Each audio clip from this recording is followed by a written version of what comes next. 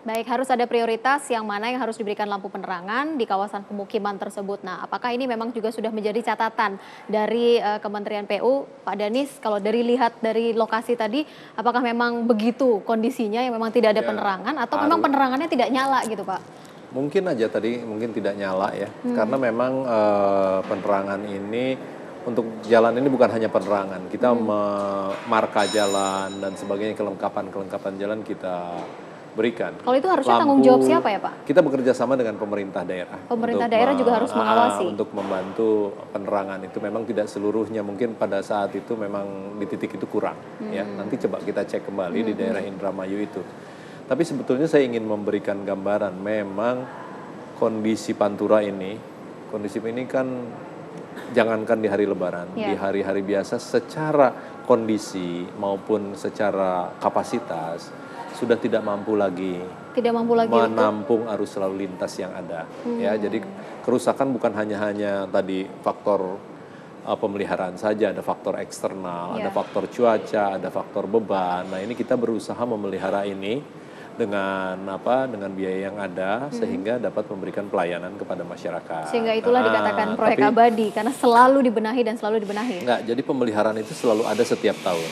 Nah, dengan kondisi Jalan Pantura yang kondisinya tadi sangat kurang itu, kita mencoba alternatif. Makanya jalan tol itu disebut jalan alternatif dengan kondisi yang baik. Dengan 5 tol yang baru ini juga alternatif. Ini usaha kita untuk istilahnya mengalihkan sebagian lalu lintas ke sini. Dengan sebagai contoh ya, dengan lalu lintas Cikampek sampai Cipali ini juga selesai, ini tadi yang disebut istilahnya Mbak Rizka, proyek abadi sudah jauh berkurang dari sisi biaya.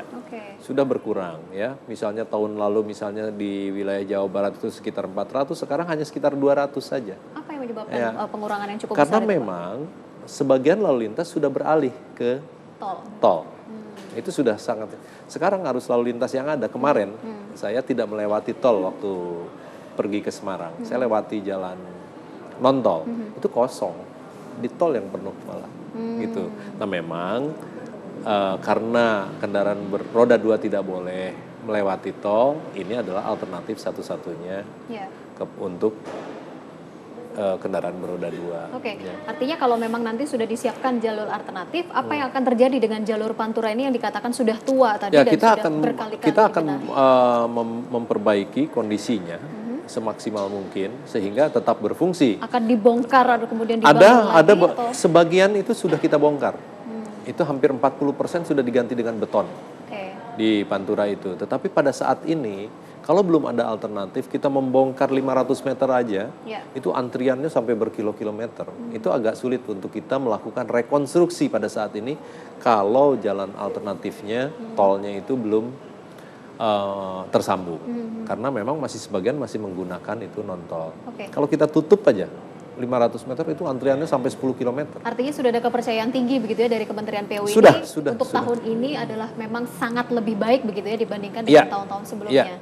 Kita lihat aja lah nanti ya, kan hari ini hari Jumat. Biasanya kita antrian sudah di Cikopo dan sebagainya. Banyak hal yang kita lakukan bukan hanya kondisi saja, misalnya juga integrasi sistem pembayaran tol. Itu dari 7 toll gate ya menjadi 3, 4 kita hilangkan. Sehingga itu membantu arus lalu lintas kelancaran juga ya. Kemudian peningkatan tadi disebutkan juga ada checkpoint di non-tol itu juga dalam rangka meningkatkan pelayanan publik, memberikan kenyamanan, keselamatan terutama. Intinya dari mudik ini adalah ukurannya adalah keselamatan, kenyamanan dan keamanan. Iya, betul. Untuk sampai di kampung maupun ketika kembali begitu ya. Betul, waktu arus balik. Pada saat arus balik. Pak Tri, kalau Anda baca dari situasi arus mudik yang terjadi saat ini begitu ya, kalau dari infrastruktur sudah ada kepercayaan diri dari Kementerian PU bahwa memang akan jauh lebih baik begitu ya tahun ini. Tapi apa yang harus diantisipasi oleh para pemudik ini sendiri dengan berbagai macam jalur alternatif yang sebenarnya dibangun oleh pemerintah? Kalau saya melihat tetap kelemahannya adalah tempat untuk pemudik itu bisa beristirahat, khususnya di tol itu kalau sangat terbatas. Rest area? Justru itu rest area yang ada di tol yang baru itu sangat kurang. Jadi saat ini saya kira perlu untuk ke tahun depan selain diperpanjang yang sudah bisa beroperasi, jadi semoga namanya kan Pejagan Pemalang. Ya. Diharapkan itu 100% selesai sampai Pemalang, itu sangat membantu.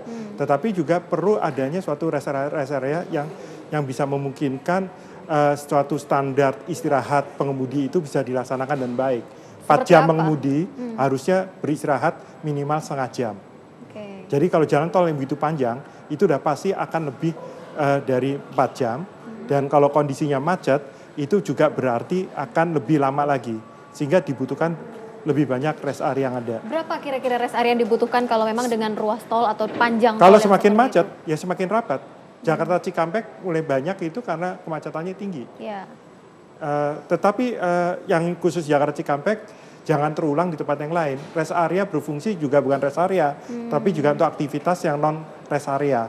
Seperti misalnya? Misalnya di KM 19 itu menjadi tempat emang orang untuk cari makan gitu. Oh. Jadi bukan pengguna jalan tol yang di sana. Jadi kita harus ciptakan suatu rest area yang benar-benar bisa menciptakan pengguna jalan tol bisa beristirahat. Demikian juga di jalur Pantura dengan lebaran ini sepeda motor. Sepeda motor mungkin harus lebih kurang dari 4 jam mereka harus beristirahat. Betul.